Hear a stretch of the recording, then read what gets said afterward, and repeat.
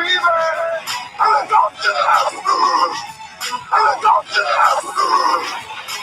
talking about the Jets like we're talking about the Saints. You know, all this holler we the Miami Heat of football. Yeah. The bottom line is you got to buckle up with chin straps. It's embarrassing. Yeah. Don't disrespect the game like that. There's too much crying from him. He's a man. They can be a hit just like us. He's a man. You already make the big money. He's a man. I'm calling you step on the field, man. That's who I did. When I step on the field, I send one message. This is what it feels like. Oh, my bad. You had no work in my world. What time is it? Game time. What time is it? Game time. What time is it? Game time. What time is it? Let's go. Let's go. Let's go. We ready. Let's go to the house. Let's go to the house. It's a wrap. Game over. No, this game is not over. It's just getting started right here on the lunch break on the legendary KYOK and the all-new 92.3 FM. We're streaming live on KYOKradio.org. It is our winning Wednesday. And again, got to say congratulations to George Griffith. George Griffith was this week's winner of the Lunch Break Weekly Keeping Up with the Joneses Pick'em Challenge. He got 11 of them right and won by virtue of a tiebreaker. He was only 5 points off the final score of the Green Bay-Detroit game. Congratulations, George Griffith, on winning that money. Question is, who's going to win this week's $50? This week, $50. It could be you. And the way to get in is to make your picks and get them to me by tomorrow at 6:30 Central. Got to have them tomorrow by 6:30 Central, right before the Texans and the Carolina Panthers kick off right here in Houston. You can text them to me, 832-403-5005. That's 832-403-5005. And you got to give me all of the picks from Thursday night through Monday night. And for the Monday night game, give me who you think is going to win and the final score of that game. And I mean the exact final score, 27-15, 25-20, whatever you think the final score of both teams is going to be. Get that to me and you're in. No purchase necessary. You don't have to register or anything like that. All you got to do is send your picks. Tell me who you are. I need to know who you are. And then we got you rolling. All right? So, again, by tomorrow at 6:30. You can also email them, aj@kyoksports.com. That's aj@kyoksports.com. All right, it's Winning Wednesday, and we got a lot to talk about as far as winning goes. In fact, I'm going to go through these NFL games and give you my pick. I'm 12-4 week 1, 12-4 week 2, and that's why it's called Keeping Up with the Joneses Pick'em Challenge, because you got to keep up with me. And right now, I'm El Fuego. I'm hot. I am uber hot. All right, so we'll talk about that. We'll talk about some of these upcoming college games. Got a nice HBCU matchup tomorrow night. Very nice HBCU matchup tomorrow night, and I want to get to it. So you got to keep it right here for your chance, not only for your chance to win, but so that we can talk about these games this week and these matchups. If you want to get in, 281-453-1000. That's 281-453-1000. You can always text me at 832-403-5005. That's 832-403-5005. You can always get in or email me, aj@kyoksports.com. I'm also going to give you my quarterback power rankings today. Quarterback power rankings today. As I said yesterday, there were some quarterbacks that I had pretty high up on the list, but guess what? It's a different week. I'm not doing legacy power rankings. They had folks putting Aaron Rodgers up number 4, number 5 last week, and Aaron Rodgers played like hot trash in their first game, in their opener. Now, he moved up the ranks from this past weekend, But we're not just putting folks up there because they are who they were over their career. That's not what power rankings look like for me. Also, I gave you my SWAC and my NFL power rankings. We'll go back over those as well. But I want to go through these games and tell you what I think and hear your thoughts as well. So get at me, 281-453-1000, 281-453-1000. If you haven't heard, it was official. The Texans have put Tyrod Taylor on the IR.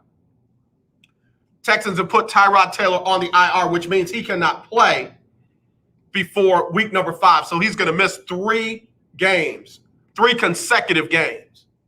Guess who the starter is going to be? Davis Mills, especially for tomorrow night.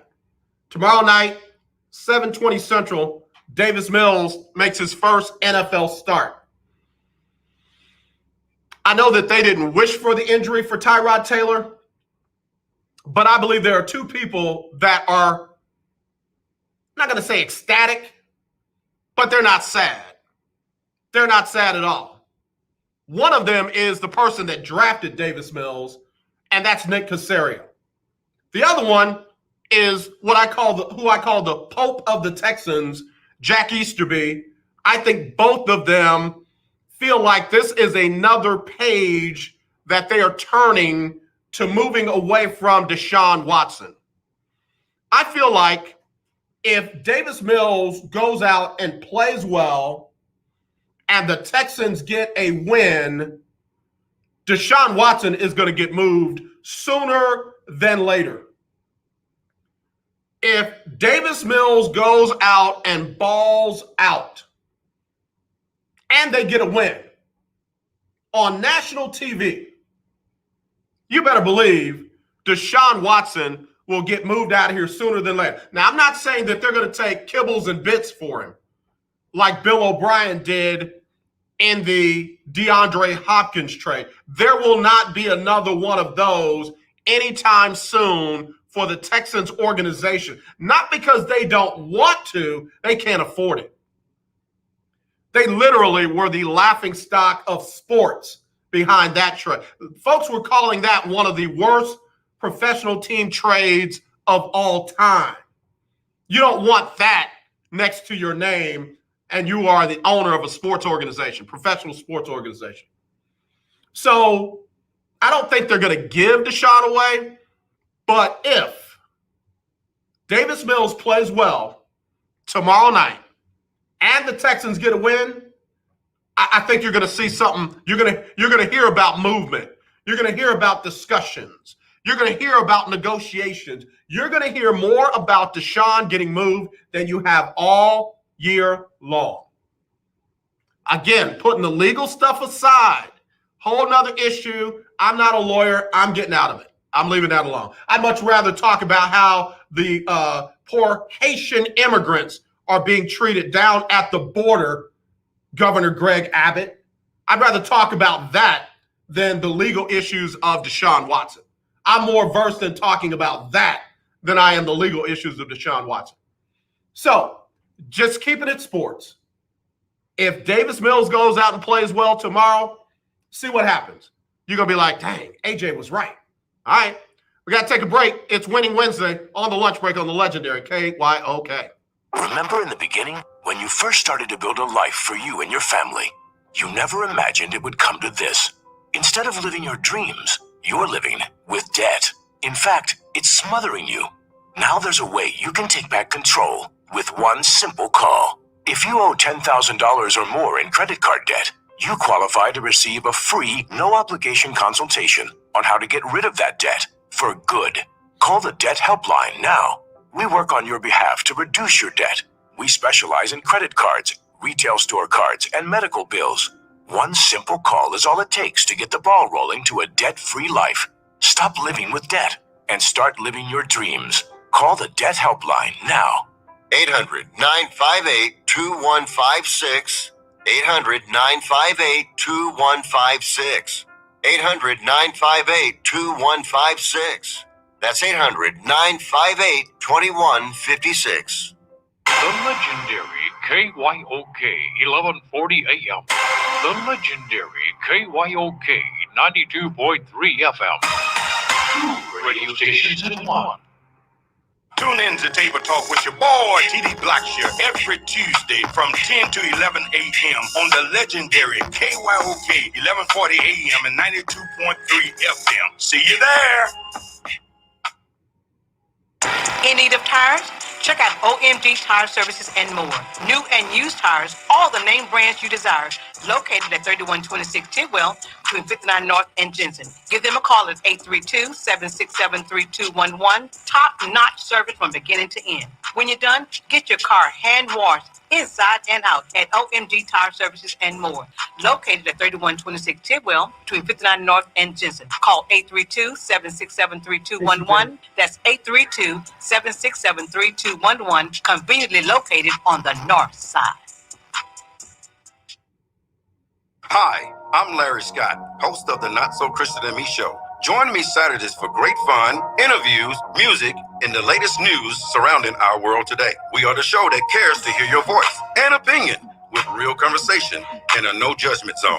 So join me Saturdays from 1 to 2 p.m. on the Not So Christian and Me Show, right here on the legendary KYOK Radio, 1140 a.m. and the all-new 92.3 FM and KYOKradio.org. This is Irma J. from Internal Revamp, and you're listening to AJ on the lunch break. Thank you, Irma J. Right here on the legendary KYOK and the all-new 92.3 FM. It's our Winning Wednesday. And, man, I'm getting lit up on text message already. Getting lit up. GC, AJ, stop with the Deshaun talk. He's done. Doesn't matter whether Davis Mills plays well or not. Deshaun is done. Okay. Thank you. Appreciate your input. So Deshaun Watson is inactive for tomorrow's game. He is quarterback 3. He's still on the active roster, but he's listed as inactive. And Deshaun Watson will not be the starting quarterback. See what I'm doing? Deshaun Watson will not be the starting quarterback when they play against the Carolina Panthers. In fact, Deshaun Watson will not be quarterback 2.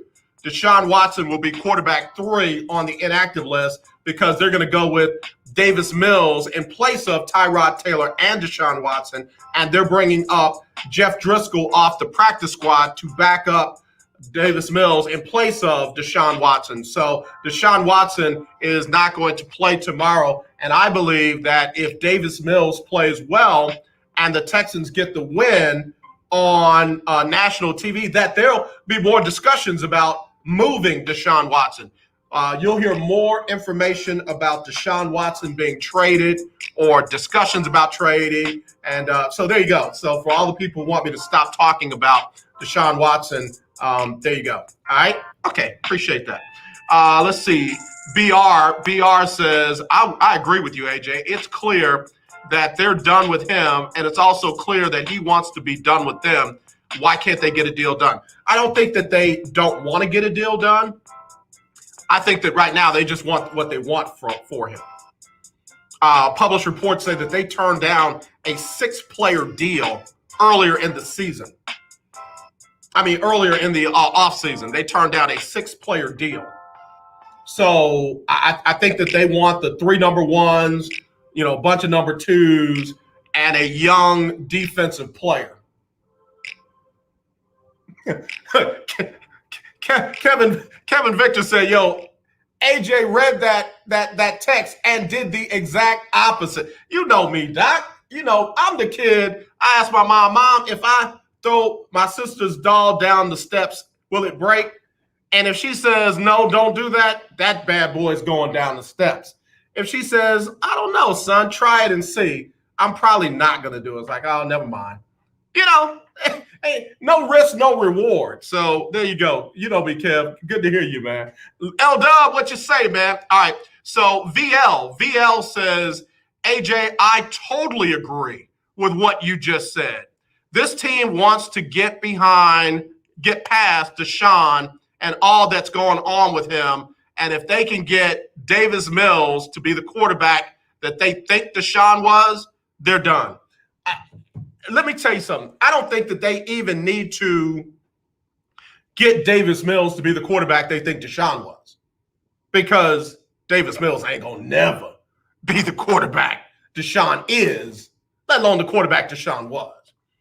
I mean, Davis Mills wasn't that at Stanford. Go check the record. Look at how many games Davis Mills started at Stanford and look at how many games they won with Davis Mills as the starter at Stanford. I mean, just do the homework. You know, a lot of folks want to, you know, just throw out the name and what he looks like and how well he spins the ball. But go look at the stats and the facts. Davis Mills didn't burn it up at Stanford. Nobody was saying, oh, man, that kid right there. Nobody said that. Nobody in the Pac-12 was worried about playing Stanford with Davis Mills as their quarterback. He wasn't Andrew Luck. It wasn't him. It wasn't even close. They weren't even in the same conversation other than Davis Mills graduated from Stanford, which produced a great quarterback by the name of Andrew Luck. That's the only time that you put Davis Mills in the same conversation with Andrew Luck. Is he a big kid? Yes. Does he have a strong arm? Yes. But I'm going to just put it on him being a rookie. He has slow reaction time. He's slow on his reads. He's not quick on getting the ball out unless it's a quick hitting play and he doesn't have to think about it. He just does it, whether it's completed or not. And he does not have quick feet. He doesn't. Can he be mobile? Absolutely. He ran the ball quite a bit at Stanford. Part of it was him running for his life. Part of it was design runs. But Davis Mills, again, similar to what I said with Andrew Luck, he ain't in the same conversation with Deshaun Watson, other than Davis Mills will be starting for the Houston Texans. Deshaun Watson will be inactive for this game. That's the only comparison. Kevin Victor, AJ, why did the Texans draft him if he killed it in college? If he didn't kill it in college, is I think what you're trying to say. So sometimes scouts, general managers, front office executives will draft a guy based on his measurables. And I'm going to go ahead and say this because you know me, I don't hold anything back. I say what I got to say on my show, and that's that. Davis Mills also looks like he comes in with a lot less baggage than what Deshaun is carrying right now. Just from a personality, off-field, good guy kind of appeal, Davis Mills and Deshaun look like they are opposite ends of the spectrum. So you got Davis Mills coming from Stanford. You know he's a smart kid. He's not lack of a better phrase, a dumb jock. You know that. Tyrod is not that. Deshaun is not that. I'm just saying. Just walk with me for a second. So he's smart. Do a background check on him. You're not going to find any Baker Mayfield-ish, I was drinking and driving. You're not going to find any, I traded my football pants for tattoos. You're not going to find that he beat his girlfriend or anything like that. And I'm not saying you found that when you got Deshaun. I'm talking about what's being alleged about Deshaun right now.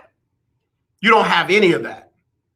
So now you got a guy that you feel like you can transition into a better image of the face of the franchise, and he's got all the measurables. He's got the arm strength. He's smart, and you feel like you can groom him into a franchise quarterback.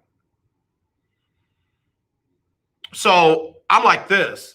Davis Mills has a very visible ceiling. Deshaun Watson doesn't. Deshaun Watson's ceiling was Bill O'Brien and Tim Kelly.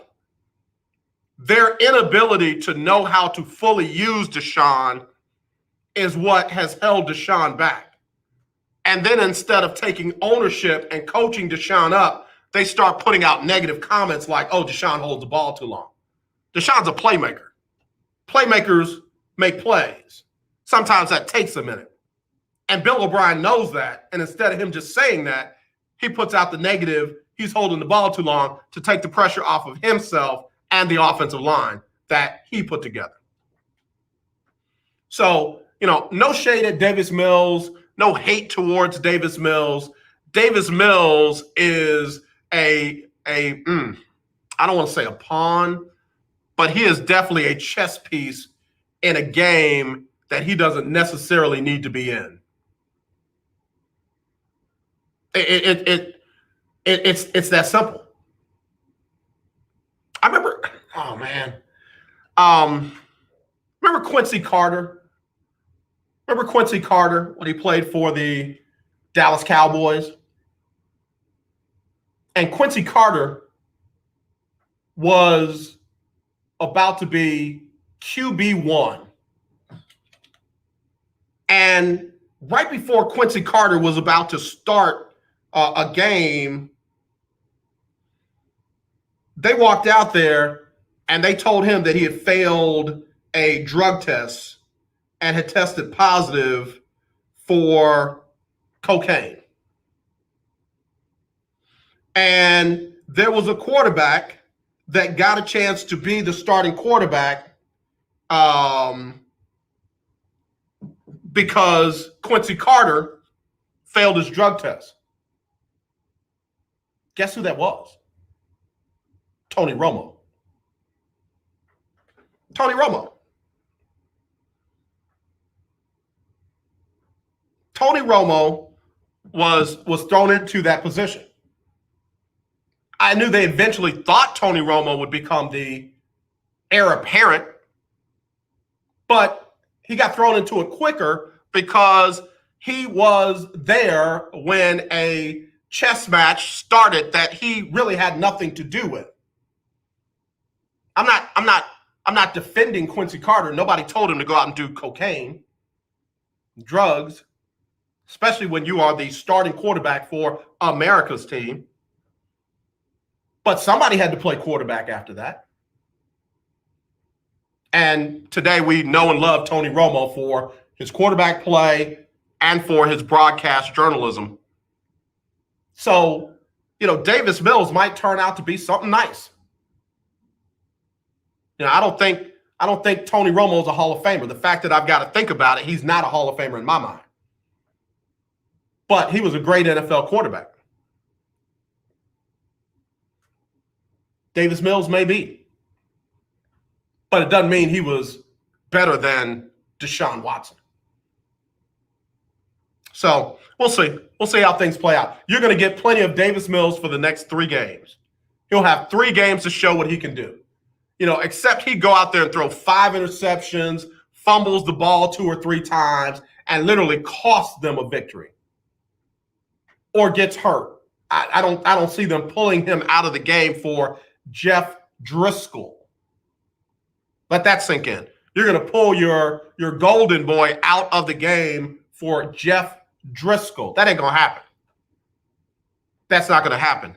And that's probably why they have not made the call to Cam Newton, because you don't want Davis Mills looking over his shoulder. You want him to play better. You want him to play well, but you want to kind of coax him along gently. You don't want to hit him with the whole, hey, if you don't play well, you're coming out. And I'm not making it a race thing, but that's the difference between what the Texans are doing with Davis Mills and what the Tennessee Titans did with Vince Young. Vince Young was brought in to be a franchise quarterback by a front office, an owner. The coach and the offensive coordinator didn't want Vince Young, and they made sure he knew that they didn't want him. And every time he made a mistake, it wasn't let's get our franchise quarterback and gently get him ready to go. It was, hey, we're going to bring in somebody else if you don't play well. Now we're going to do something else over here if you don't play well.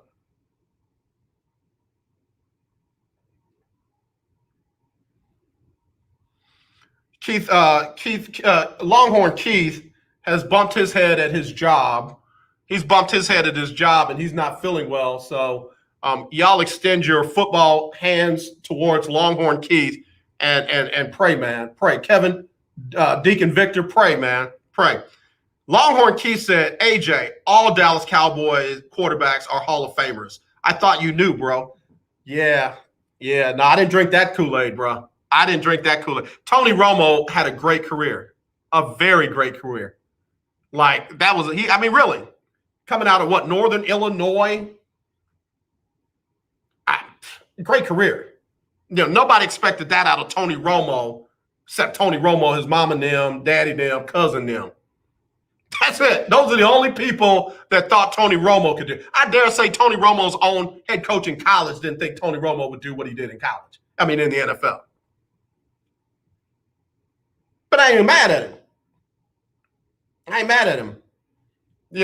The way he got the job, though, is similar to the way Davis Mills is going to get this job. And the guy I feel bad for is Tyrod Taylor. Because once again, Tyrod Taylor is in a situation where, due to circumstances beyond his control, he will lose his starting job on a franchise that he should be the starting quarterback on. Keith Hennig said, Tony Romo, did he win anything? He won the hearts and the minds of many Cowboy fans. He is one of the toughest quarterbacks I know to play the game, because Tony Romo had all kinds of injuries, and he just trotted himself on back out there. I can't say I hate Tony Romo. I don't. And I do enjoy him as a commentator. I love it. I do. I love his takes. I feel like he gives you you walk away from the game feeling like you knew more about the game than you would have if it had been Jim Nantz and some other person. Kevin Victor said, praying for Keith now. You do, brother. Pray for Keith, because he's a good dude. And then he comes back with, how about them Cowboys? No, man, stop it. Go let them wrap your head up at the job, man. Go see the nurse.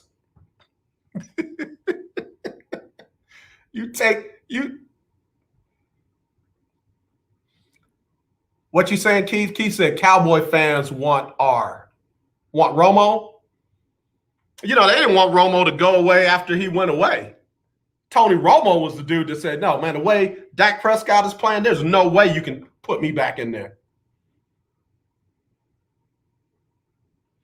Yeah, Kevin Victor broke his collarbone once or twice. I'm telling you, man, Romo kept trying to go back out there, man, with shoulder separations and contusions and stuff that would have most dudes out. Romo was trying to run back out there with him.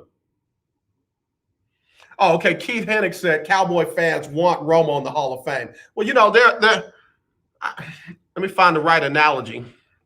People in Hades want ice water. Don't mean they're going to get it. Tony Romo is not a Hall of Famer, y'all. A very good quarterback. Very good quarterback. But he's not a Hall of Famer. He's not. Very good. Put him in the Ring of Honor at Cowboy Stadium. He's a Cowboy Hall of Famer, but he's not a NFL Hall of Famer. He's just not.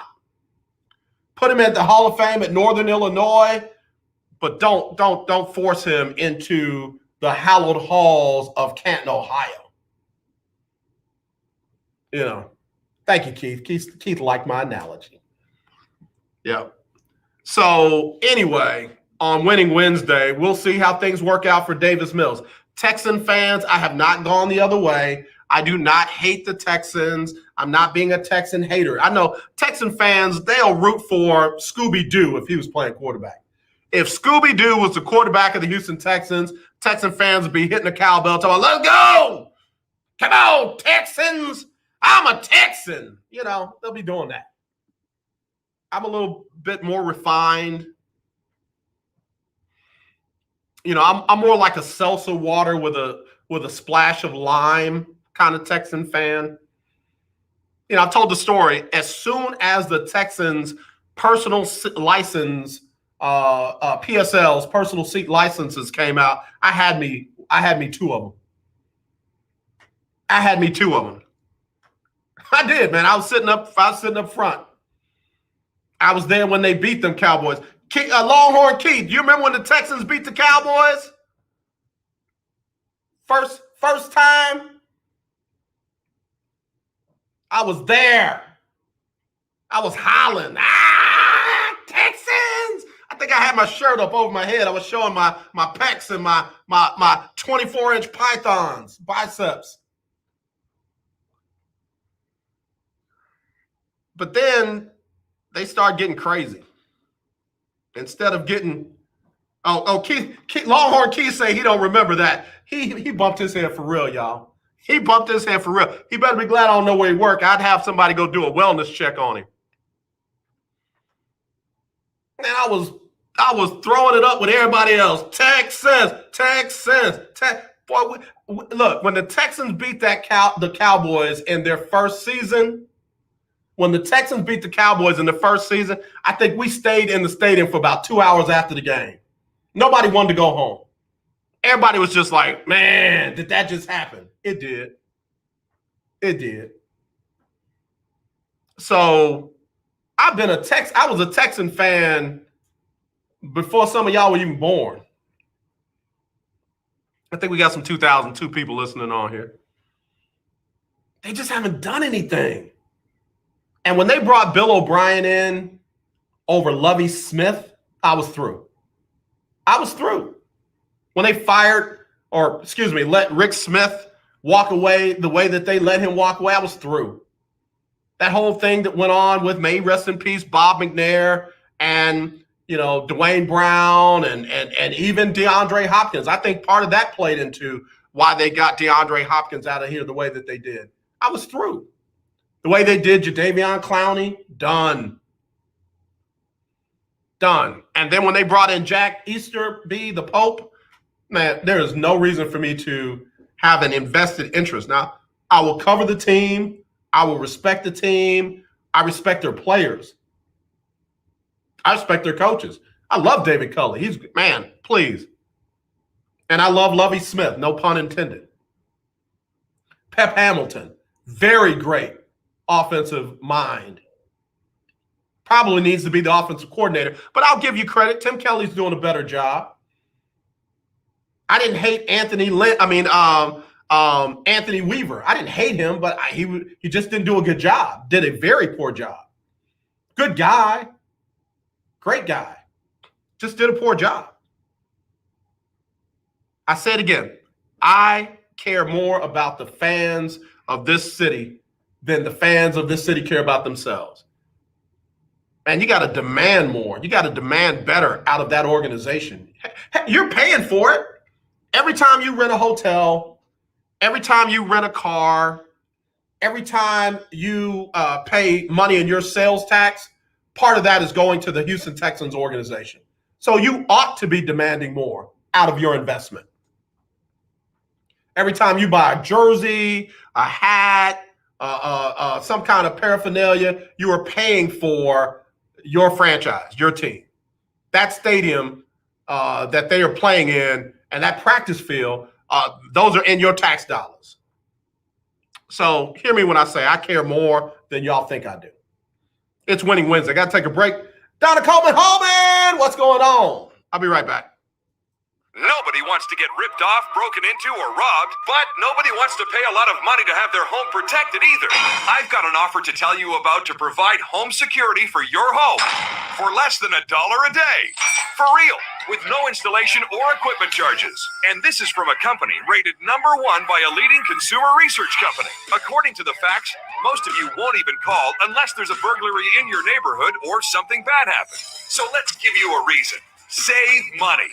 For less than $1 a day with no other costs, you can get your home secured. Plus, get a lifetime equipment replacement warranty.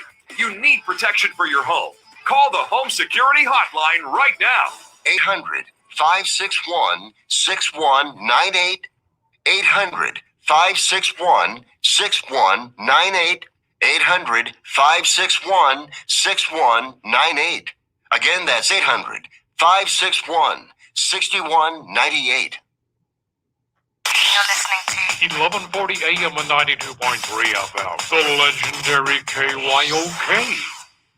Do you have high blood pressure or diabetes? Are you over the age of 65 and covered by Medicare? Then pay close attention to this message. Medicare has introduced some new benefits to help consumers during these cautious COVID-19 times. They realize many of you don't want to leave your home to visit a doctor. So now you can get a remote patient monitoring device shipped to your home at little or no cost to you. Now your doctor can identify your problems in real time, which could potentially save your life. Victory Medical can easily ship this monitoring device directly to your home at little or no cost to you. If you have high blood pressure or diabetes and you're covered by Medicare, make this free call right now to see if you qualify for a new remote patient monitoring device. Call now. 800-213-9527. 800-213-9527. 800-213-9527. That's 800-213-9527.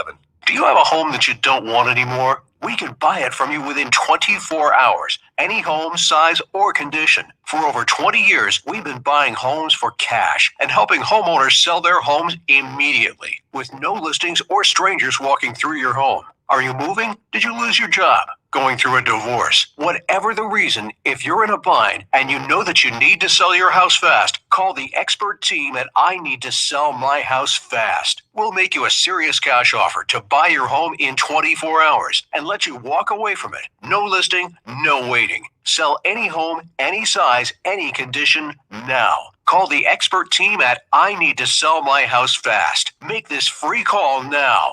800-306-1760. 800-306-1760. 800-306-1760. That's 800-306-1760.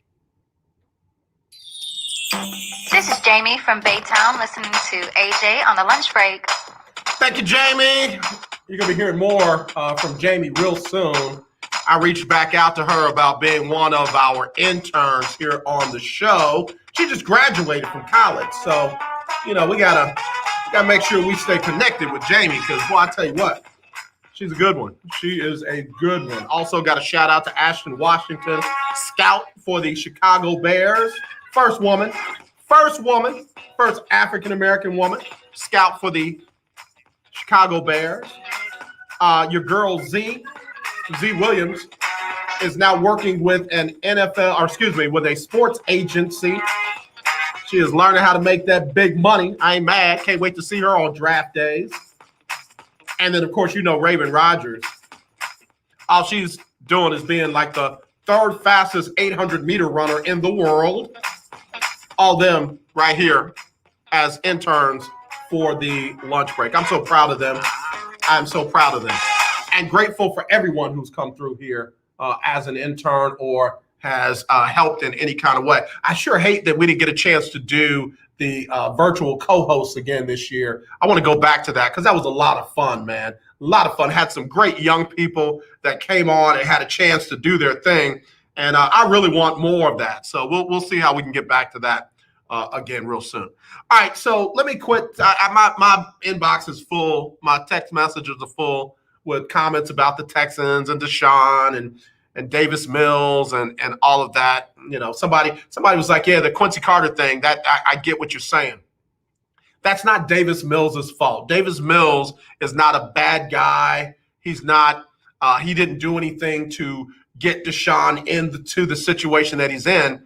And I don't think that he should reject the opportunity to be the starting quarterback of the franchise because of what's going on with Deshaun. If I'm Davis Mills, I go out and I try to ball out tomorrow night.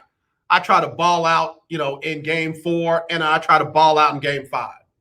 And then let the chips fall where they may when Tyrod Taylor comes back. So don't get it twisted. I'm not a Davis Mills hater, but I'm also not wrong when I say there's no comparison between the skill set of Deshaun and the skill set of Davis Mills. And let's just go a step further. There's no comparison in the skill set or football IQ between Tyrod Taylor and Davis Mills. Tyrod Taylor is a current veteran NFL quarterback. Davis Mills is not. Davis Mills is not. When Tyrod Taylor was in the game against the Cleveland Browns, a legitimate Super Bowl contender, Tyrod Taylor had the Texans right there, 14-14 at half. Tyrod goes out. Mills comes in. Final score 31-21. He could only muster 7 points in a half of football. Well, AJ was his first game. I get that. That's part of my point. You can't expect him to come in and be on the same level as Tyrod Taylor. You definitely can't expect him to come in and be on the same level as Deshaun Watson.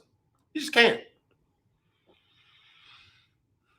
Speaking of, let me get to the quarterback ratings for this week. Who did I have number one last week? Let me get my notes from last week. All right, so we had Matthew Stafford last week, number one, with a 156.1 passer rating. This week, it is none other than Russell Wilson. Russell Wilson, a 146.9 passer rating. Last week, number two was Russell Wilson. This week, number two, you know him, the quarterback, Patrick Mahomes, had a quarterback rating of 131.4. At number three, Matthew Stafford, another good week, passer rating of 127. Guess who? Guess who is number four? Tyrod Taylor. Quarterback rating of 122.9. Stop trying to compare Davis Mills to Tyrod Taylor. Don't. There's a thing that people say in a post now on Twitter. Tell me you don't know what you're talking about without telling me you don't know what you're talking about. Oh, I think Davis Mills is just as good, if not better, than Tyrod Taylor. You don't know what you're talking about. Tyrod Taylor at number four. Number five, Kyler Murray, 121.5. Teddy Bridgewater at number six, 120.7. Number seven, Tom Brady, 113.3. Number eight, Kirk Cousins, 112.9. Number nine, Jimmy Garoppolo, 111.4. Number 10, Jalen Hurts, 108. Number 11, Taylor Heineke, 104. Number 12, Derek Carr, 104.1. Number 13, Baker Mayfield, 101.9. Number 14, Sam Darnold, 100.5. 15, Dak Prescott, 99.1. 16, the guy that everybody wants to kill and run out of New Orleans, Jameis Winston, 97.1. 17, Mac Jones, 96.7. 18, Aaron Rodgers, 96.6. 19, Daniel Jones, 96. And 20, Carson Wentz at 95. I'll stop there for right now. We stopped at number 20, Carson Wentz. All right.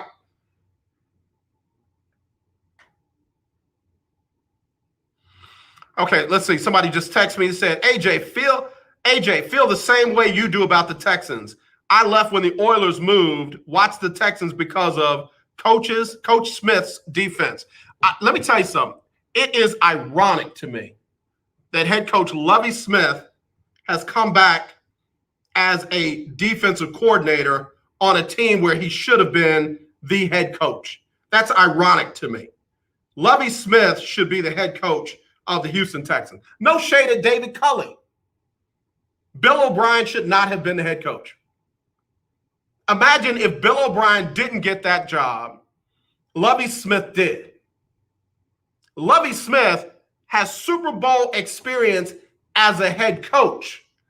Bill O'Brien has Super Bowl experience as an assistant coach. There's a difference. There's a difference. One says you know how to get your team there. The second one says you know how to ride on the way to get there. One says you driving the bus. The other one says you on the bus. But what I also say is I love Lovie Smith's defenses. They're turnover machines, and that's what the Texans have been doing on defense. They've been getting turnovers. They've been forcing turnovers. All right, listen, I got to get ready to do birthdays. But first, let me do Sybil Wilkes and what you need to know. Sybil Wilkes and what you need to know. And then we'll come back with birthdays right after this on the lunch break on the legendary KYOK. It's Sybil Wilkes with what you need to know. It's Hump Day. Today is Wednesday, September 22nd, 2021. Number 1, September 11th, Gabrielle "Gabby" Petito was reported missing by her family after a cross-country trip with her fiancé. September 12th, Elijah Elderkin was last seen at his Providence, Rhode Island home and reported missing. When a white girl goes missing, the country goes to work to find her. When a black person goes missing, the country rarely looks up. There are countless compelling stories about missing people of color, like Elijah Elderkin, that barely get a first mention, let alone a full information block devoted to them on local or national news shows. The Black and Missing Foundation is a nonprofit organization dedicated to giving a voice and putting a necessary spotlight on missing Black people in America. Number 2, the European Union has accused America of distrust and lack of transparency and has demanded President Biden explain himself. They demand that he explain why he misled France and other European partners in forging a new strategic tie with the UK and Australia in the Indo-Pacific. President Biden's win over Donald Trump was celebrated almost globally and is considered an opportunity to strengthen global ties. Number 3, drug maker Johnson & Johnson announced Tuesday that a 2-dose version of its coronavirus vaccine provides 94% protection against symptomatic infection. The regimen, the company said, is comparable to the 2-dose regimen of Moderna or Pfizer. Johnson & Johnson's single-dose vaccine was given emergency use authorization by the Food and Drug Administration on February 27th. Number 4, there are photos and video of Border Patrol officials mounted on horseback chasing, grabbing, and intimidating Haitian migrants. An influx of Haitians that are trying to cross the border, with literally hundreds of Haitians wading through the Rio Grande River. Donald Trump enacted Title 42, which allowed for a quick expulsion of asylum seekers to prevent the spread of COVID-19 in holding facilities last year. And President Biden has continued the policy, and more than 300 migrant Haitians have been flown back to Port-au-Prince on 3 flights Sunday, and there are more to come. Number 5, after scoring his 10th number 1 album, Drake has teamed up with actor Samuel L. Jackson and Boston Red Sox chairman Tom Werner in becoming an investor in Dave's Hot Chicken. Launched in 2017, Dave's Hot Chicken was founded by 4 friends who invested $900 in a food truck in Hollywood. The food chain restaurant currently has 22 locations based in California and already sold the franchise rights for more than 500 locations in the U.S. and Canada. Here's your daily inspiration from Yogi's Jewels. You are worthy of love, adoration, and respect. So inhale worth, exhale those feelings of inadequacy. Whew. Join me today live on YouTube and Facebook at 7 p.m. Eastern, 6 p.m. Central with the ones, the onlys, Myra J., Stephen Hill, and activist Quinn Townsend Riley as we discuss today's top headlines and more. And check out the newest album of our social activist, Quinn Townsend Riley, and She Worthy, available on all streaming platforms now. Thank you to our What You Need to Know partner, Alpha Kappa Alpha Sorority Incorporated. To subscribe to my free daily newsletter, please visit SybilWilkes.com. Be informed, be empowered. The legendary 1140 AM KYOK Conroe and 92.3 FM K222CX Houston. The views and opinions expressed on all radio shows broadcast on KYOK are entirely those of the hosts, guests, and callers, who are entirely responsible for all show content and do not in any way reflect the opinions of KYOK Radio, its sponsors, staff, or management. When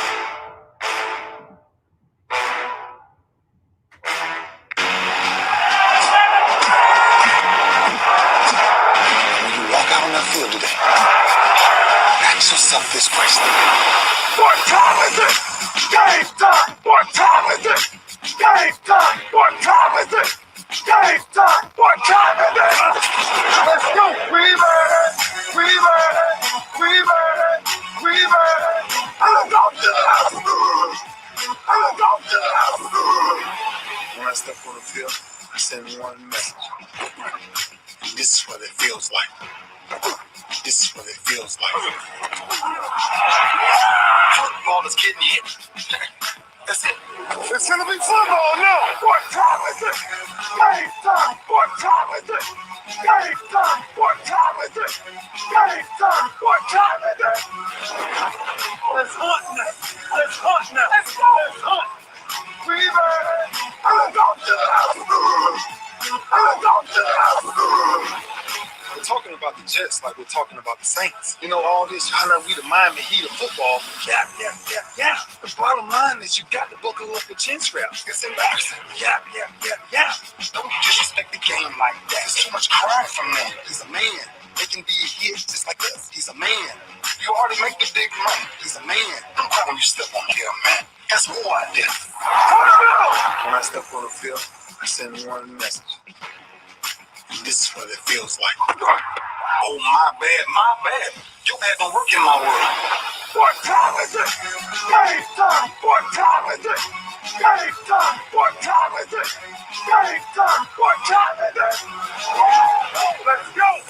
Let's go. Let's go. We ready. Let's go to the house. Let's go to the house. It's a wrap. Game over. Now that's just the first hour on the books, second hour underway right here on the legendary KYOK. It's our Winning Wednesday. We've been talking a lot about winning with the Texans. We've been talking a little bit about the Cowboys. And right now we're talking about quarterback power rankings. Before I get back to that, I got to do these birthdays. Happy birthday going out to one of my classmates, Emily Johnson. What's going on, Em? She got some of the most beautiful eyes in the world. And Emily, we appreciate you. Happy birthday to you. Sister Real Bernard celebrating her birthday, former player with the Houston Phoenix Fire. I think she retired. Dawn Thompson is 47 today. Angie Harris is 57. Tori Lynn, 45. Tori Lynn looking 25. Also, Sharonda Carter Brown celebrating Big Fitty. Big Fitty, Sharonda. Happy birthday to you.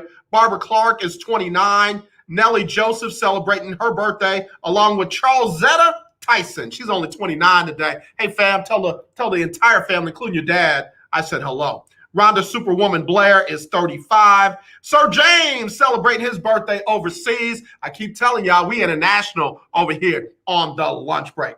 One of my favorite classmates, Cheryl Dotson Betts. Cheryl, I love you, my friend. Please tell the whole family I said hello and happy birthday to you. I call her Queen Valerie. Queen Val, Valerie Wells, the credit repair queen, is celebrating her double nickel today. Happy 55th birthday to you, Queen. And keep doing all that great work out there. Rosina Ball is celebrating her birthday along with Caleb Marriott. All right, y'all. On the celebrity birthdays, we got some big ones today. We always have big ones. Tommy Lasorda, former legendary manager of the LA Dodgers, celebrating his birthday today. He passed away in 2021. Lute Olson, well, this year, I should say. Lute Olson, Hall of Fame coach from Arizona, who passed away in 2020. His birthday is today. The former commissioner of the NBA, David Stern, celebrating his birthday. Of course, he passed away last year. And then one of the best HBCU players to ever lace them up, and one of the biggest wide receivers I have ever seen in the NFL, Mr. Harold Carmichael, celebrating a birthday today. And I know many people don't know this guy, but if Willie Gibson's listening, you remember this dude from The Ohio State University. It's none other than Gary Trent, played with the Portland Trailblazers in the NBA. Happy birthday to y'all. Usher, are you ready today? Oh, go shawty, it's your birthday. Ooh, it's your birthday. Go shawty, it's your birthday. Today's your day. Happy birthday to you. Happy birthday to all of y'all celebrating birthdays today, September 22nd, 2021. Again, if you know somebody that's having a birthday or a very special anniversary, let me know. Let me know, because I want to get those in. We want to celebrate those, and we want to get them out. So congratulations, everybody celebrating birthdays and special anniversaries.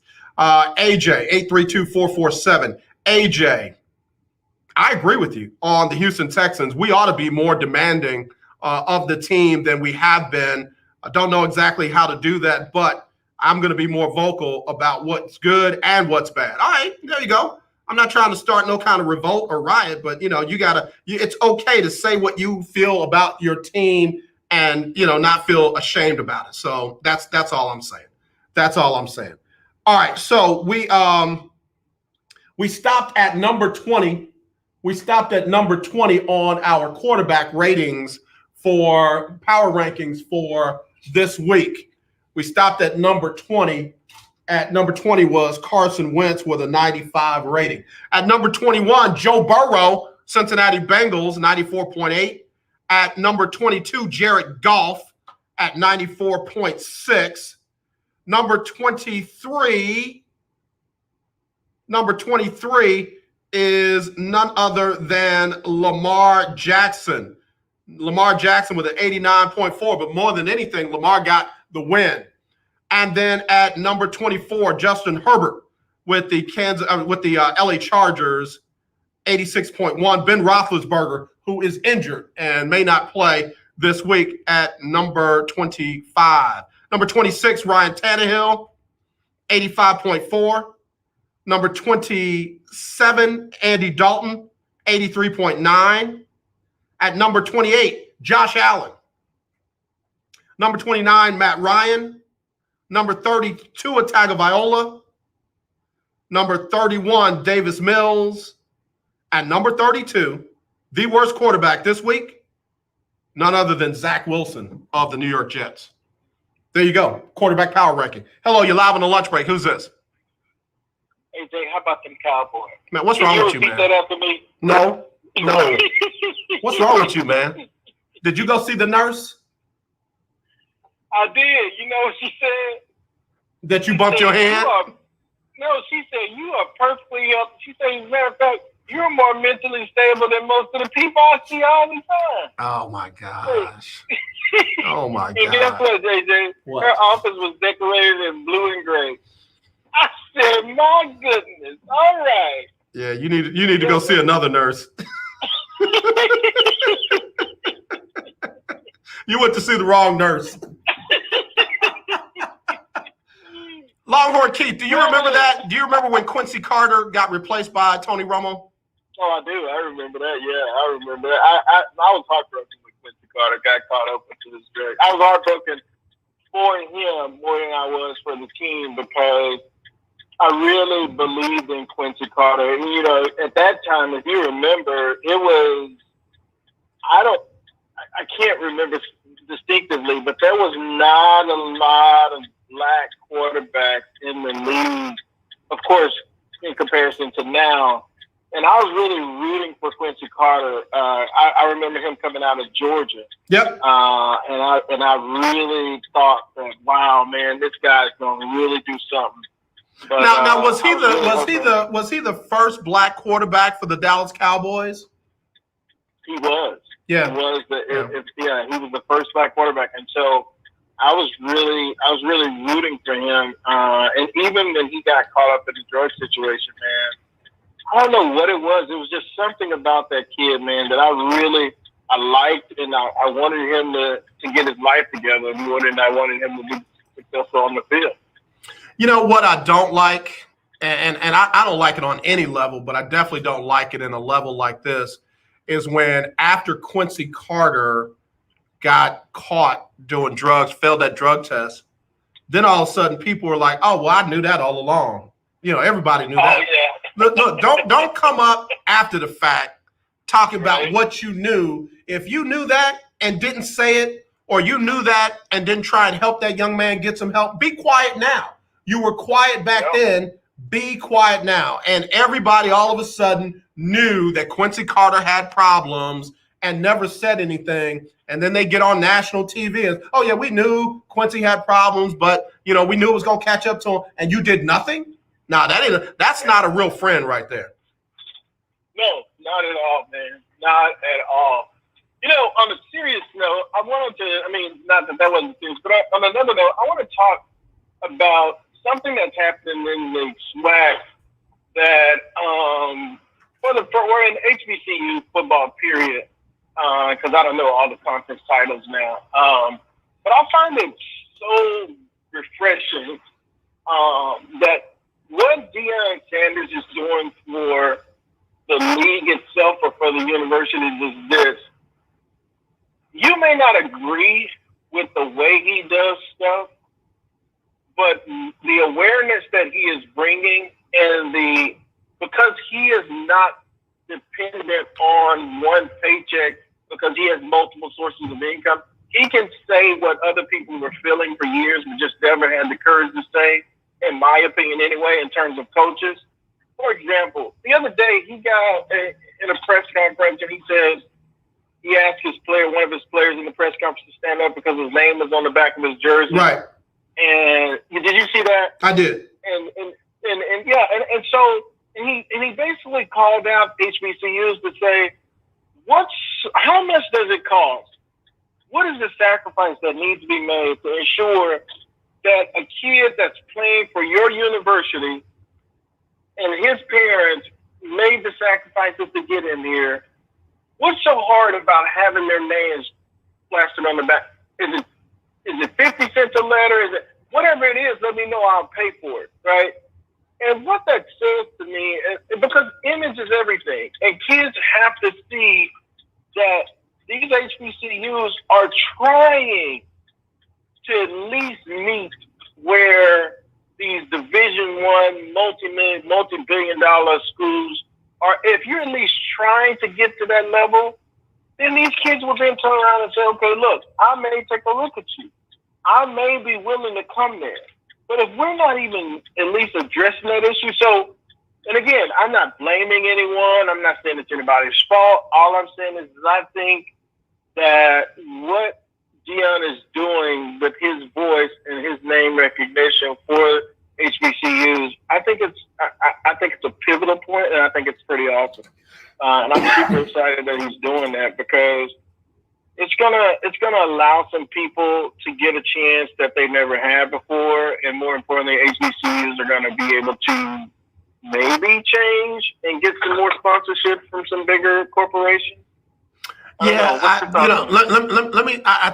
think for me, and I agree with you, I'm not disagreeing with you. I think for me, Deion Sanders is continuing the ripple effect, if you will.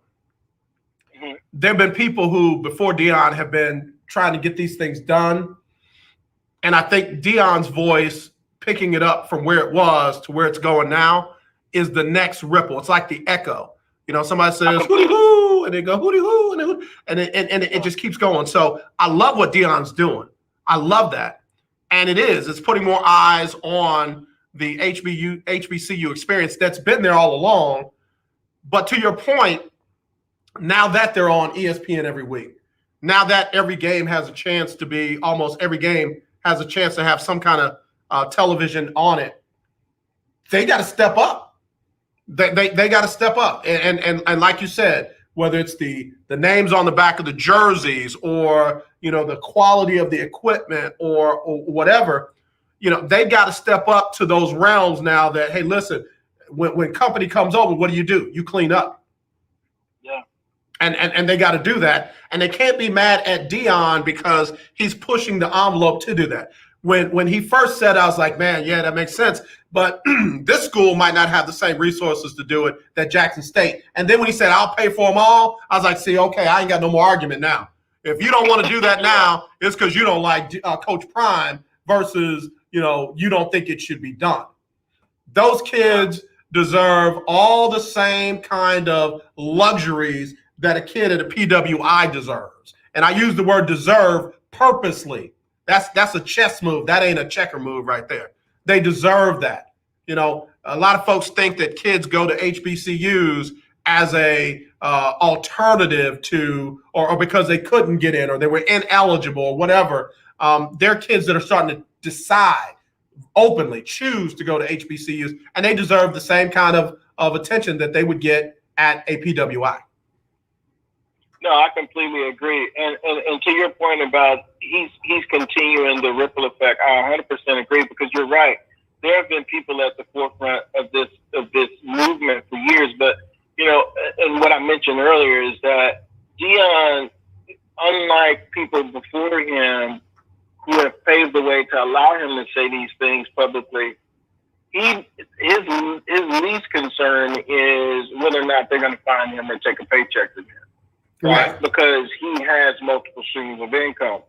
But but to bring this type of attention, I think, is certainly something that I believe will then catapult it'll make schools rethink things differently. I was telling a friend of mine the other day, we were talking about, we were looking at 2020, and I always said this, like, if it didn't do anything else for you, the pandemic, when we were all in lockdown, and I think it should have shifted your vision to see things a little bit different on how you move and how you operate. Right. Whether it's a business or personally.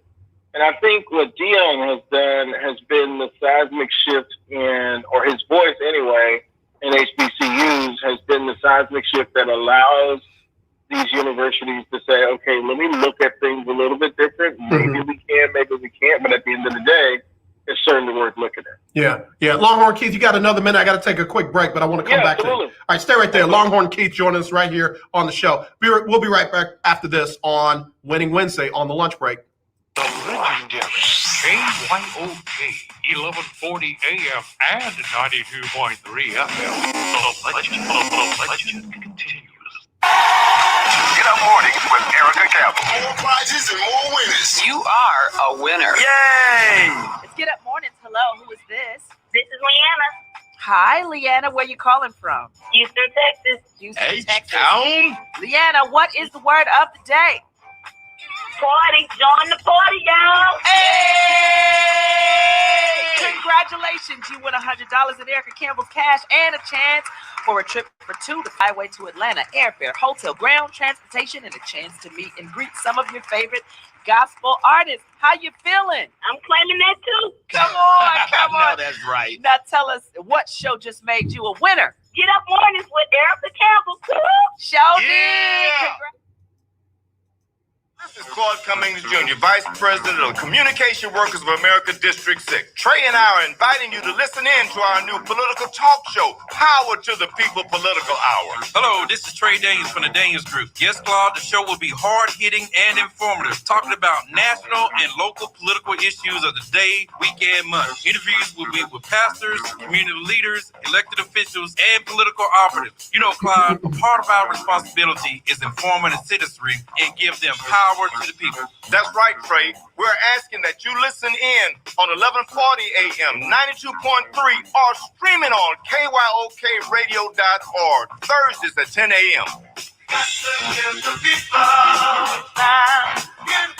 what they want. This is Irma J from Internal Revamp, and you're listening to AJ on the lunch break. Thanks again, Irma J, right here on the lunch break on the legendary KYOK, all new 92.3 FM, streaming live on KYOKradio.org. Let me go back to Longhorn Keith real quick. Longhorn Keith, I was talking with one of my colleagues, and we were talking about the Ohio State. I was like, who do they have? Are they in trouble this week? He said they got Akron. I go, okay, I ain't got to worry about it. I won't be stressed out.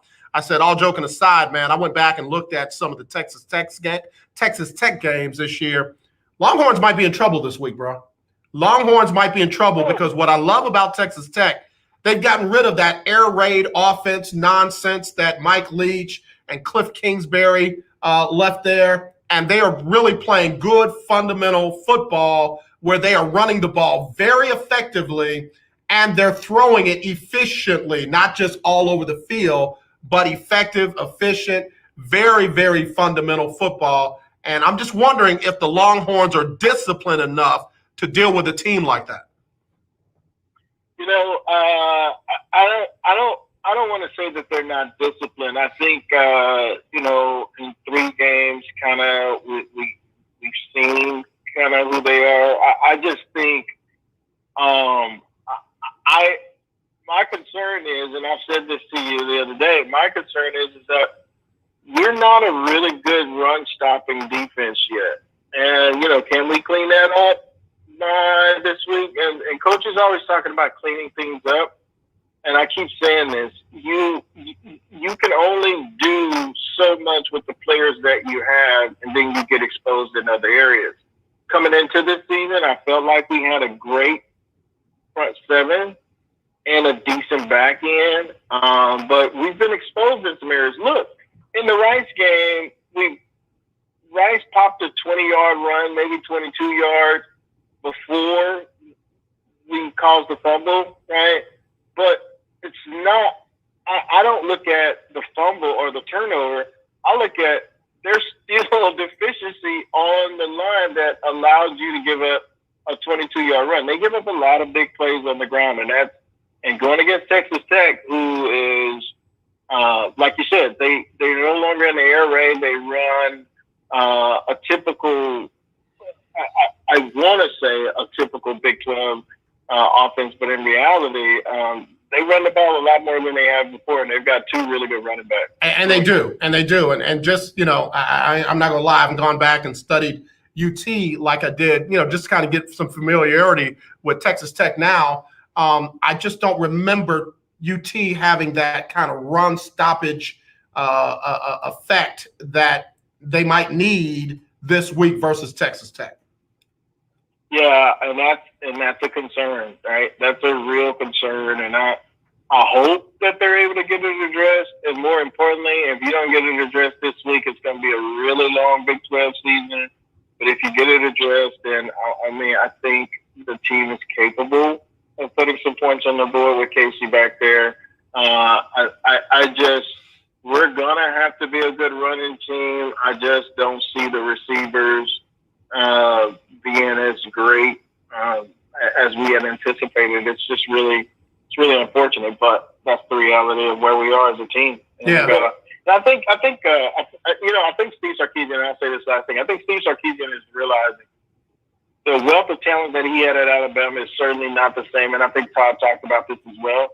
The level of talent that's at Texas versus the wealth of talent, the plethora of talent that was at Alabama, he's probably scratching his head going, wow, how did this happen, right? Because there's one player on Texas team that could be playing on Alabama's roster, or actually three because two transferred from there.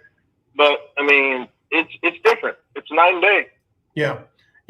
Let me throw this last point. Well, the reason why I'm more concerned about the run with Texas Tech, you control the ball, you eat up the clock, you give fewer chances to a young quarterback to, and put more pressure on him to have to make plays with the opportunities that he gets when you can control the ball with the run like it looks like Texas Tech is able to do. Oh, without a doubt. They still can throw it around, obviously. Right, sure. You're right. They are really good at running the football. I don't think they've ever been bad, but this year it's a different Texas Tech team. And I've said this before, man, I just think that the run defense really scares me for Texas. It really does. And it's only going to get worse before it gets better. Yeah, give me your prediction for this week. Texans, Cowboys, Longhorns. Texans lose tomorrow night. Texans lose tomorrow night. And I don't hate the Texans. I just dislike them. But Cowboys beat Philly close. I think Jalen Hurts is going to have a great game against us, unfortunately. But I think we win that one. And then the Longhorns will win a close one at home only because it's the home field advantage. So those are my predictions, and we'll see how it turns out. Appreciate you, Longhorn Keith, man. Tell everybody where they can find you and follow you, my brother. Yes, sir. That's Coffee with Keith, Coffee with a K, with Keith, right here on the legendary KYK every Saturday, noon to 1. Can be heard, followed, streamed at www.kyokradio.org. And you can also follow me on all the social media feeds, whether that's Facebook now, Instagram, Twitter. We're out there in that world just trying to make a difference and educate people about coffee, man. Appreciate you as always, man. Keep up the great work. We'll be talking to you soon. Longhorn T, keep your phone on. That's what you do. I'll text you in a little bit. And matter of fact, I forgot to wish it's obviously we're past his birthday now, but the greatest coach in Cowboy history, Tom Landry, celebrated. He would have celebrated a birthday on September 11th, 1924. Tom Landry, the greatest coach in college and Cowboy history, probably in NFL history. Definitely one of them. I'll give you that. Yeah. Coach Landry was one of the first coaches that I ever even paid attention to. So yeah, you got me on that one. Did you want me to get you a ticket? Do what? Did you want me to get you a ticket to the Tony Romo Hall of Fame speech? We'll be in Canton. Get off my phone. Get off my phone. Bye, man. Just throw it off. Head just all busted open down to the white meat. Whole thing. Him need a hug. Him need a hug. Let me take a quick break. We'll be right back with more right after this on the lunch break on the legendary KYOK. Blackshear every Tuesday from 10 to 11 a.m. on the legendary KYOK 1140 a.m. and 92.3 FM. See you there. Hi, I'm Linda J. I recently purchased 4 new tires from OMG Tires and More, located at 3124 Tidwell between 59 and Jensen. TK got me in and out in less than 30 minutes. While there, I got my car washed. Do you need rims for your car? OMG has them too. OMG Tires and More is your one-stop shop for all your tire needs. So give them a call at 832-767-3211. That's 832-767-3211. Conveniently located at 3124 Tidwell between 59 and Jensen on the north side. Hi, I'm Larry Scott, host of the Not So Christian and Me Show. Join me Saturdays for great fun, interviews, music, and the latest news surrounding our world today. We are the show that cares to hear your voice and opinion with real conversation in a no judgment zone. So join me Saturdays from 1 to 2 p.m. on the Not So Christian and Me Show, right here on the legendary KYOK Radio, 1140 a.m. and the all-new 92.3 FM and KYOKradio.org. This is Lakeisha, and you're listening to The Lunch Break on KYOK. All right, thank you, Lakeisha, right here on the legendary KYOK and the all-new 92.3 FM, streaming live, KYOKradio.org. About to wrap this thing up, Winning Wednesday. Let me get to some of these games real quick. Because I know y'all trying to keep up with me. Y'all trying to keep up with me on these NFL picks. I'm 24 and 8. I'm 24 and 8. And I know what I know. So let me help you know what I know. All right. Let's look at this Texans game. That'll be tomorrow night, 7:20. Davis Mills starting quarterback. Panthers come in only allowing a few number of points on defense. Davis Mills, defense doesn't allow a lot of points. I don't think it's going to be a high-scoring game for the Texans. Let's see. Panthers are a touchdown plus favorite in this one. I'm going Carolina. Not because I hate the Texans, not because I don't believe in Davis Mills. I mean, as folks always say about Lamar Jackson, we got to see him. And, folks say this about all these other quarterbacks. We have to see them. I need to see Davis Mills go out there and play effectively against a pretty good defense that doesn't allow a whole lot of points. I'm going with Carolina in that one by more than a touchdown. Sunday, you got the Arizona Cardinals visiting Jacksonville. I don't see any major advancements out of Trevor Lawrence. I don't see any major advancements out of the defense for Jacksonville. I don't feel like they're going to play so much better at home against Arizona. I think Arizona is one of the top teams in the NFL. In fact, in my power rankings for this week, I got Arizona at number 2. I have Arizona at number 2. Most people have San Francisco. I've got Arizona. Defense and offense, tops in the league. I've got Arizona winning that one in Jacksonville. All right, the Saints at the Patriots. People are ready to run. Jameis Winston out of New Orleans after 1 week. After 1 week, they're ready to run Jameis Winston out of New Orleans. Let me go to David Grubb's website. David Grubb had a very interesting post. And let me see if I can pull it up. If y'all not tuned into David Grubb and Crunch Time, you got to tune into it. Every Monday through Friday from 4 to 6 on 103.7 The Game in Lafayette, Louisiana. David Grubb posted yesterday, Drew Brees was 42 for 71 for 523 yards, 3 touchdowns and 2 interceptions after his first 2 games with the Saints. And 3 of his first 5 starts, he threw for less than 200 yards and had 5 total touchdown passes. Give Jameis some time. I agree. I don't know what the difference was between the game plan that the Saints had for Green Bay versus Carolina. I don't know if it was because Carolina's defense is so much better than Green Bay's. I mean, for a half, Detroit made Green Bay's defense look bad. So all I'll say is this. Jameis Winston is going to play better, and he's going to play better against the New England Patriots. Now, will they win the game? It's another story. The Patriots are a 3-point favorite in that game. I'm giving that one to the Saints and Sean Payton over Bill Belichick and Mac Jones. I think the Saints defense plays better than they did last week against Carolina.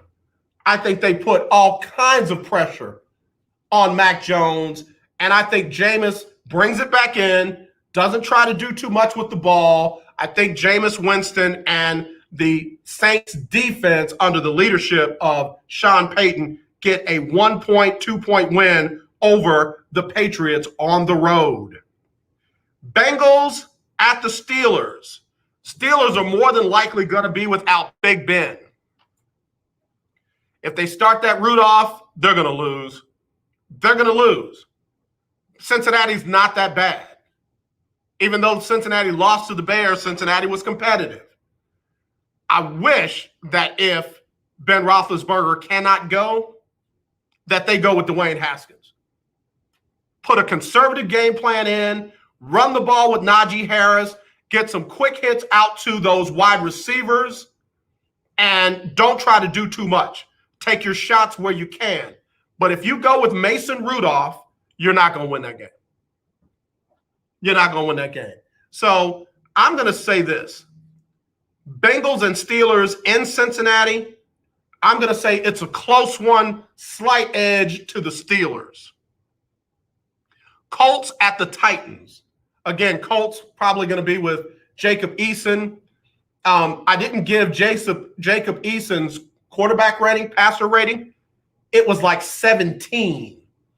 Again, these quarterbacks are great in practice and preseason games.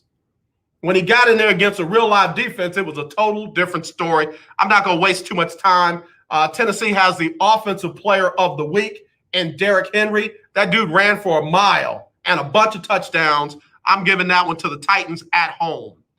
All right, Washington football team at the Buffalo Bills. Again, the Taylor Heineke experiment is on and popping.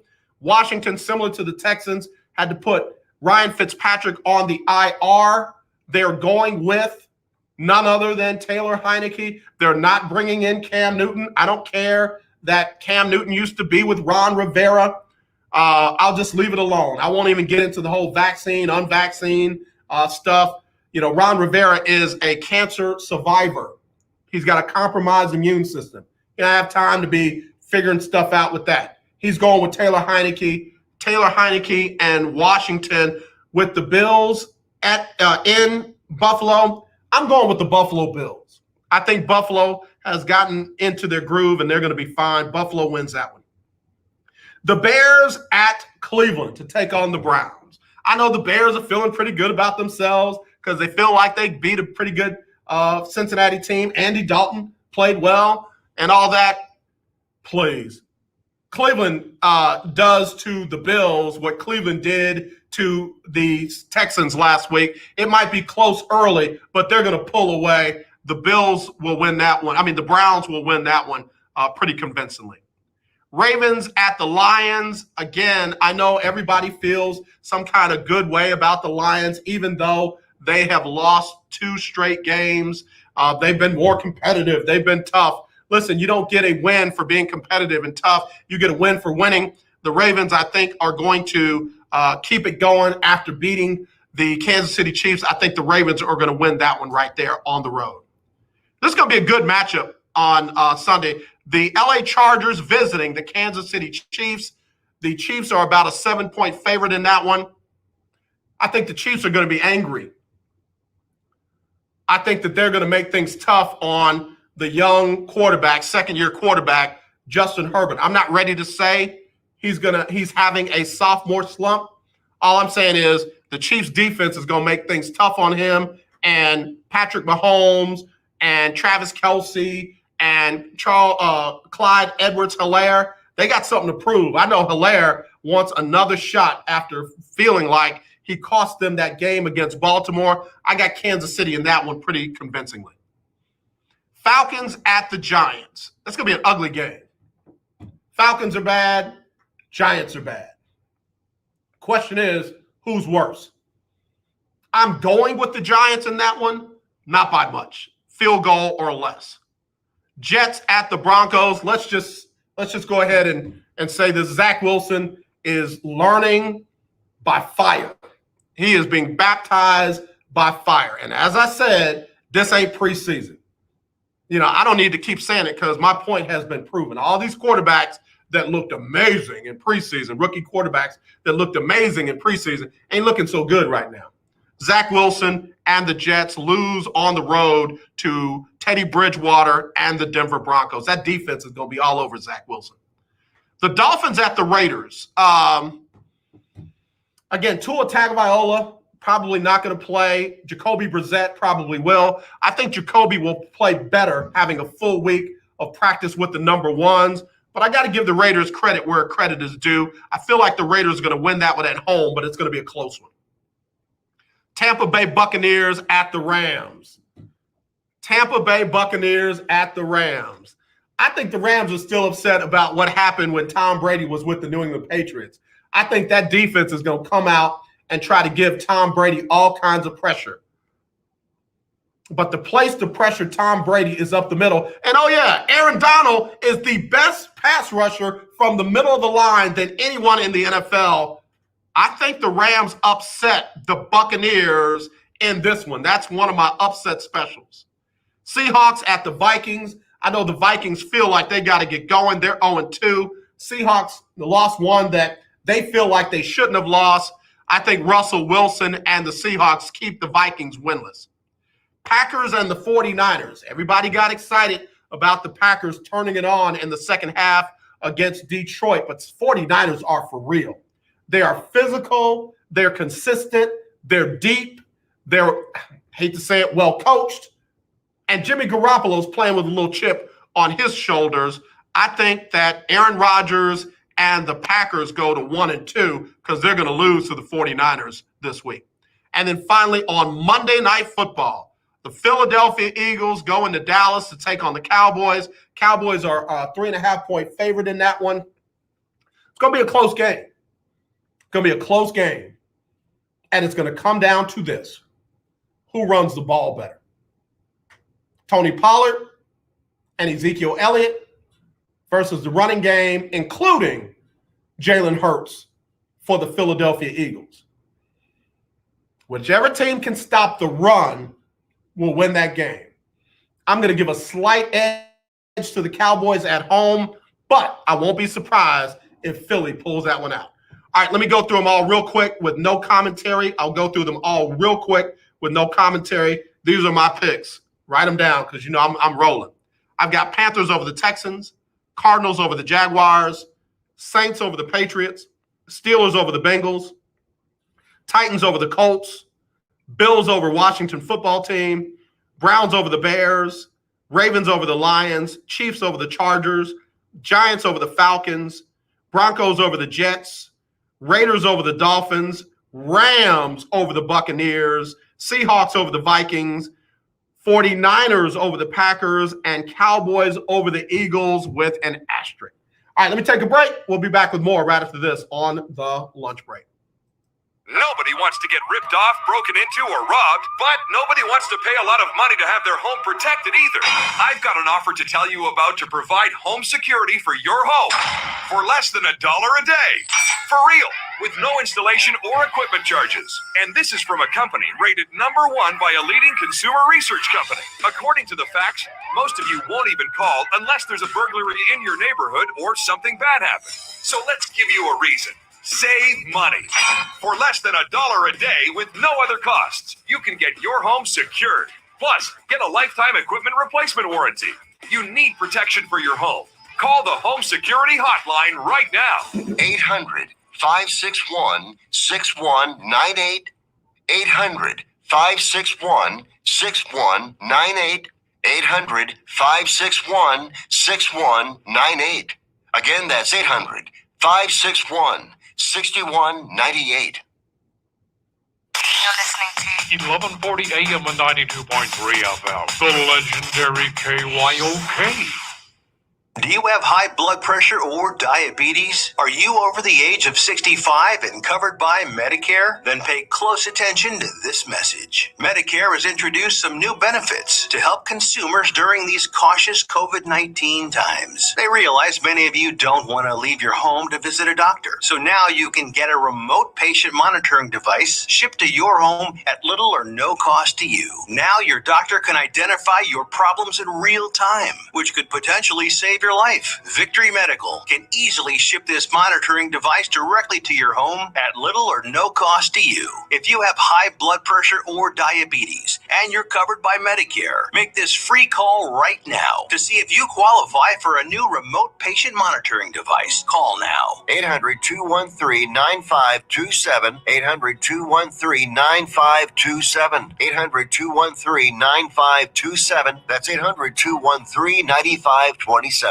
Do you have a home that you don't want anymore? We can buy it from you within 24 hours, any home, size, or condition. For over 20 years, we've been buying homes for cash and helping homeowners sell their homes immediately, with no listings or strangers walking through your home. Are you moving? Did you lose your job? Going through a divorce? Whatever the reason, if you're in a bind and you know that you need to sell your house fast, call the expert team at I Need to Sell My House Fast. We'll make you a serious cash offer to buy your home in 24 hours and let you walk away from it. No listing, no waiting. Sell any home, any size, any condition now. Call the expert team at I Need to Sell My House Fast. Make this free call now. 800-306-1760. 800-306-1760. 800-306-1760. That's 800-306-1760. This is Michael Harris, Houston's top jock, and you're listening to the Sports Encyclopedia, the living Sports Encyclopedia, AJ Jones on the lunch break here on KYOK.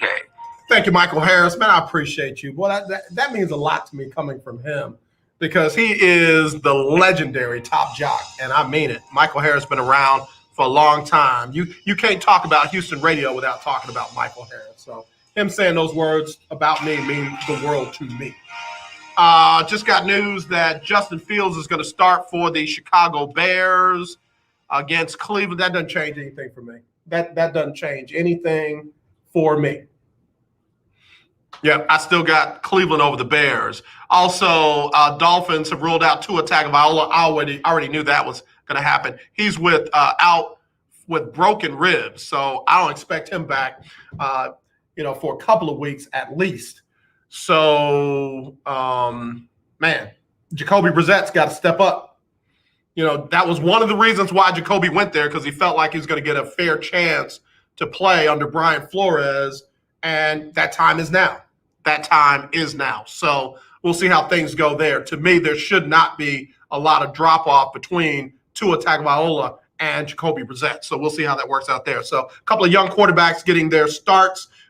Justin Fields going to be starting for the Chicago Bears, and in place of Tua Tagovailoa, it's Jacoby Brissett.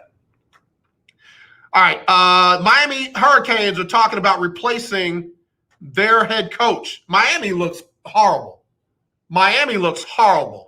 And I'm sorry, Manny Diaz has not been the answer there at Miami. He hasn't. Man, I really wish they would have hung on to Randy Shannon a little longer, because Randy Shannon was nowhere near as horrible as the coach that they got now. Nowhere near it. In fact, you can see them heading in the right direction. They just weren't getting there fast enough for the U alumni. But names that are coming up to replace Manny Diaz, the usual suspects. Mario Cristobal for Oregon. Man, they're going to have him coaching like 18 different teams next year. Also, they're talking about Luke Fickell from Cincinnati, Billy Napier from University of Louisiana, and Marcus Freeman from Notre Dame. He's a defense coordinator for Notre Dame. If I'm Freeman, I stay right there at Notre Dame. I know he wants to be a head coach. You are the heir apparent to be the second only ever black head coach at the University of Notre Dame. I'd stay right there. For Miami, I mean, I know the weather's better in Miami, and there's no comparison between South Beach and South Bend, but don't let the green grass fool you. Don't let the green grass fool you. I know the alumni at Notre Dame is unforgiving. I know they are. But, man, I'll take the resources at Notre Dame over the resources at the U any day of the week. Any day of the week. Somebody's got to turn the U around, though. Somebody's got to turn the U around. I don't know if he wants to get into coaching. But you know who I'd place a call to? I mean, now listen, watch this. It's okay for the HBCUs to call Eddie George, who was never a head coach, and Deion Sanders, who was never a head coach. If I'm the U, I call Alonzo Highsmith. And I say, hey, listen, I know you want to be a GM in the NFL. Why not come back and help turn your program around here? As a head coach? Yeah. Now I don't want to do that. All right, you want to be the AD? I mean, I'm the president of the U. I'm calling Alonzo Highsmith and I'm saying, we need you back. We need you back. You know front office stuff. You know how to put teams together. We need you back. You want to be the coach? We'll take you. You want to be the AD? Just say the word. I sure would. Well, he's never been. Neither was Deion. Neither was Eddie George. Heck, at one point or another, Urban Meyer had not been a head coach in college. At one point, he wasn't born as a head coach in college football. At one point, Nick Saban wasn't a head coach. First time. Folks got to start somewhere. And they keep recycling these, this great legend. He was a great legend at this school and great legend. That don't mean you can win at the U. That don't mean you can win at some of these other programs. I sure would. And watch this. And if I can't get Alonzo Highsmith, my next call is to Michael Irvin. My next call is to Michael Irvin. Yo, what are you doing? What can you do to help us get this program? I'm talking about getting the U back to prominence. I'm not talking about all this other stuff that they've been going through. I know Miami graduates, and it's embarrassing. It's embarrassing. Randy Shannon was light years ahead of where Manny Diaz is right now. And I like the names that they got, but Cristobal ain't going to pass up one of the bigger jobs that are out there, or even staying at Oregon to go down to the U. Luke Fickell might be the next head coach at USC. He ain't going to the U. And again, if I'm Freeman, I'm staying right there at Notre Dame. All right, thanks. Appreciate y'all. Michael Irvin, Alonzo Highsmith, somebody like that. Ray Lewis, what are you doing? Ray, what are you doing? Let Ray pull together a staff and come down and vitalize the U. AJ, that's ridiculous. Okay. All right. Okay. Keep doing what you're doing. You keep getting the same result. Notre Dame just got a four-star running back, Cedric Irving Jr. Didn't his dad play at Michigan State? Is that the Irvin from Michigan State? I'm not sure. Yeah, if I'm Freeman, I ain't going nowhere. I'm good. I'm right here. All right, let me run through the top 25 in college football. First, let me start with the SWAC game tomorrow night. Alcorn State at Arkansas Pine Bluff. I got Arkansas Pine Bluff in that one. I know that Coach Johnny Cole went with where are my notes from that? He went with somebody else. Yeah, he went with Alcorn. I'm going Pine Bluff in that one. And then Jackson State hosting Delta State Saturday, Jackson State. Grambling at Prairie View in the State Fair Classic. I'm Prairie View, he's Prairie View. Tuskegee at Alabama A&M, Bethune at Alabama State. Coach Cole went Bethune. I went Alabama State at home. Texas Southern at Rice, please, Rice. And then Southern at Mississippi Valley State. We both went Southern. So that's the SWAC. Now let me go top 25. And run through those real quick. Top 25 this weekend. UNLV at Fresno State. That'll be Friday. Fresno State in that one for me. Iowa State at Baylor. Baylor's a little bit better. Baylor is a little bit better than they were last year because they got a new quarterback, and I like them. Now, I don't know. This will be the toughest matchup for Baylor this season. Baylor's at home. They're a 7-point underdog. I'm going to go with Iowa State, but I think that game's going to be more competitive than you think. Number 7, A&M at number 16, Arkansas. Arkansas at home might be a surprise, and I hope A&M is not peeking ahead to Alabama. A&M should win that game, but that's a trap game. Don't be surprised if Arkansas wins that one. Ohio State at Akron, thank you. We needed that weekend off. Penn State hosting Villanova, Penn State in that one. Georgia at Vanderbilt, that's all Georgia. Notre Dame at Wisconsin. Brian Kelly, you should win that game.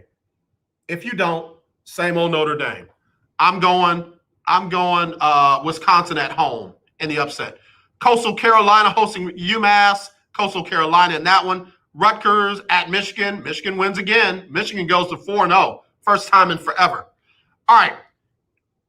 Number 9, Clemson at NC State.